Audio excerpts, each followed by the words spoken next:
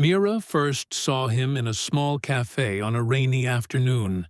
He sat by the window, turning a coffee cup slowly in his hands. The glass beside him was streaked with rain, and the light caught on his wristwatch, the second hand twitching like it couldn't decide what to do. He looked calm, but not happy, like someone who'd made peace with being alone. Mira noticed him because he didn't try to be noticed. Everyone else in the cafe seemed busy, talking, typing, pretending to be okay. But he just sat there, quiet. That night, when Mira washed her paintbrushes, she found herself painting the shape of his shoulder. She didn't even know why. His name was Julian. They met again 2 weeks later, during a winter storm that knocked out the power. The cafe was lit by candles. People whispered like they were afraid to disturb the dark. Julian offered her the seat across from him. "Do you ever feel like everything's too loud?" she asked. He looked at her for a long moment. "That's why I work with sound," he said.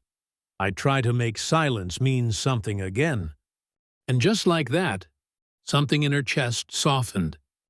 Mira had left a quiet marriage 2 years before. It hadn't ended in anger, just slow distance until love turned into habit. Julian carried his own kind of loss. His sister had disappeared into addiction. She was still alive somewhere, but he never spoke about her. Mira could feel the absence, though, like a shadow behind his smile. They became close without naming it.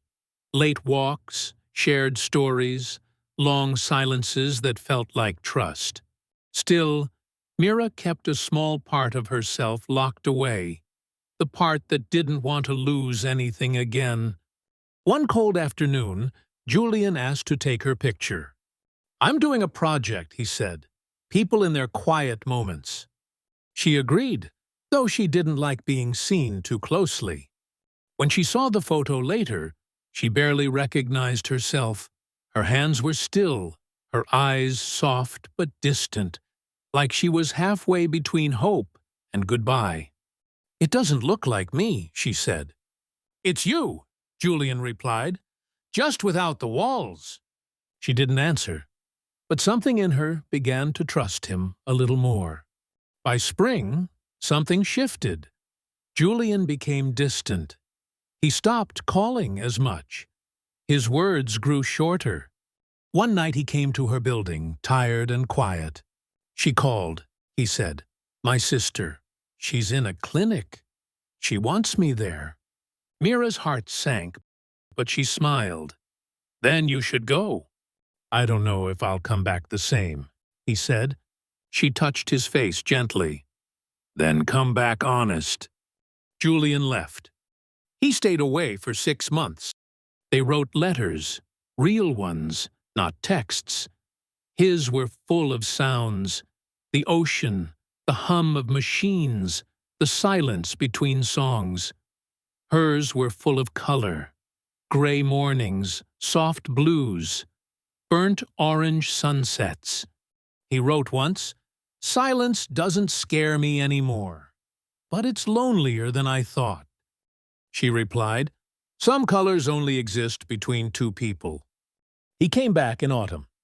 The city was gold and fading. He looked older, or maybe just more at peace. "I missed you," he said. She smiled. "I missed who I was when you were near." They walked until evening. No big promises, just quiet understanding. When they stopped by her door, she noticed his old wristwatch. "Still broken?" she asked. He smiled. "I stopped trying to fix it. I like knowing some moments don't move forward." They didn't move in together. They didn't marry. They didn't need to. They fought sometimes about space, time, fear, but they always found a way back. One night, Mira found the photograph again. Her hands, her eyes, her truth.